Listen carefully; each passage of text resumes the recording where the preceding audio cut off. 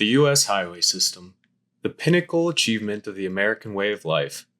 Highways, specifically the interstate system, allowed us to freely and conveniently travel across the country and between cities in an unprecedented manner. It truly helped to connect the country in many ways, and the benefits are undeniable. In fact, this caused an obsession with highways, with us having huge roads everywhere that could take us wherever we wanted to go. But this obsession had a dark side, one that would soon rear its ugly head and show us that our highway paradise could soon lead to our ruin. The purpose of interstate highways, according to President Eisenhower, was to eliminate unsafe roads, inefficient routes, traffic jams, and all of the other things that got in the way of speedy, safe, transcontinental travel. In principle, he's absolutely right. Interstate travel between states and cities benefited significantly from this. The downside, however, was that the environment of the cities themselves suffered immensely. This wasn't a necessity, however. It didn't have to be designed this way. But what we were left with were vast concrete jungles of road networks gutting straight through American cities, taking a piece of its soul with them. A specific example of this is the destruction of the Rondo neighborhood in the Twin Cities metro in order to build I-94. Nearly 30,000 people were displaced in the name of convenience. A neighborhood was divided into two, separated by a massive sea of concrete. But as drivers in the Twin Cities know, convenience is a loaded word. The highway is regularly snarled by construction, jammed with traffic. A single car crash can throw the road into disarray for hours. Not to mention the racial discrimination this project was based on, but that's a topic for another video. When we look closer to one of the cities itself, in this case, Minneapolis, we see this absolute behemoth of an interchange. It completely guts the city and divides it. It's almost like two different territories separated by a barrier. Good luck reasonably trying to cross from one side to the other. The two sides are necessarily isolated from each other. But Minneapolis isn't the only city blighted by this. Here's an example from Dallas, Texas, which is completely wrapped around by interstate, almost as if it is imprisoned by it. Here's an example from Orlando, Florida. Many American cities are like this. But why else are these monstrosities bad, aside from beautification factors?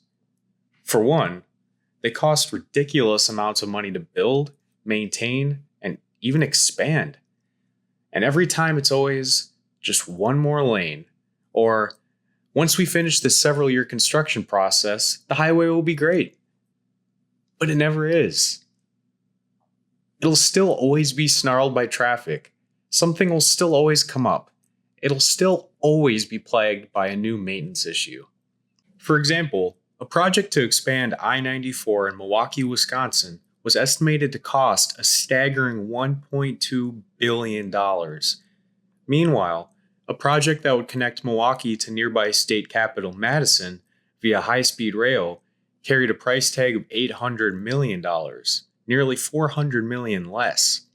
It would create a much better connection between two major cities. It would create a convenient alternative to car travel that would eliminate many cars from the highway, which would lessen traffic, and provide an option for people who don't have a car in general. You can guess which one the government favored. What we don't realize is that these behemoth concrete jungles are robbing us of so much. Our cities could be much better places than they are today. American cities aren't exactly the envy of the world. Oftentimes my fellow Americans would rather avoid the city than be in it. After all, highways are meant to connect cities, not gut them. But luckily, we don't have to just imagine. We can visualize this in many parts of the world. To add a layer of perspective to this idea, I've created an example in the city simulator game Cities Skylines.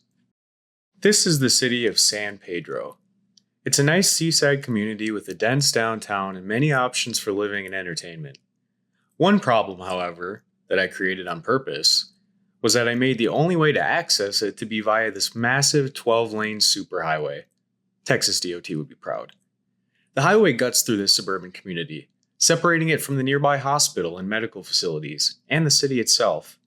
It's a sea of concrete that causes high volumes of traffic to jam up city roads due to it injecting traffic straight into city streets, much like American highways do.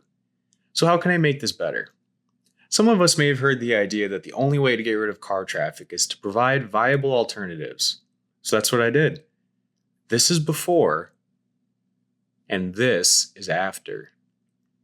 As you can see, the massive highway is gone.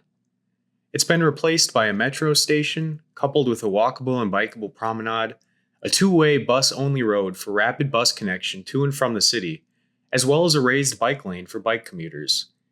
There's also a tram route that goes on the major road to the right into the city.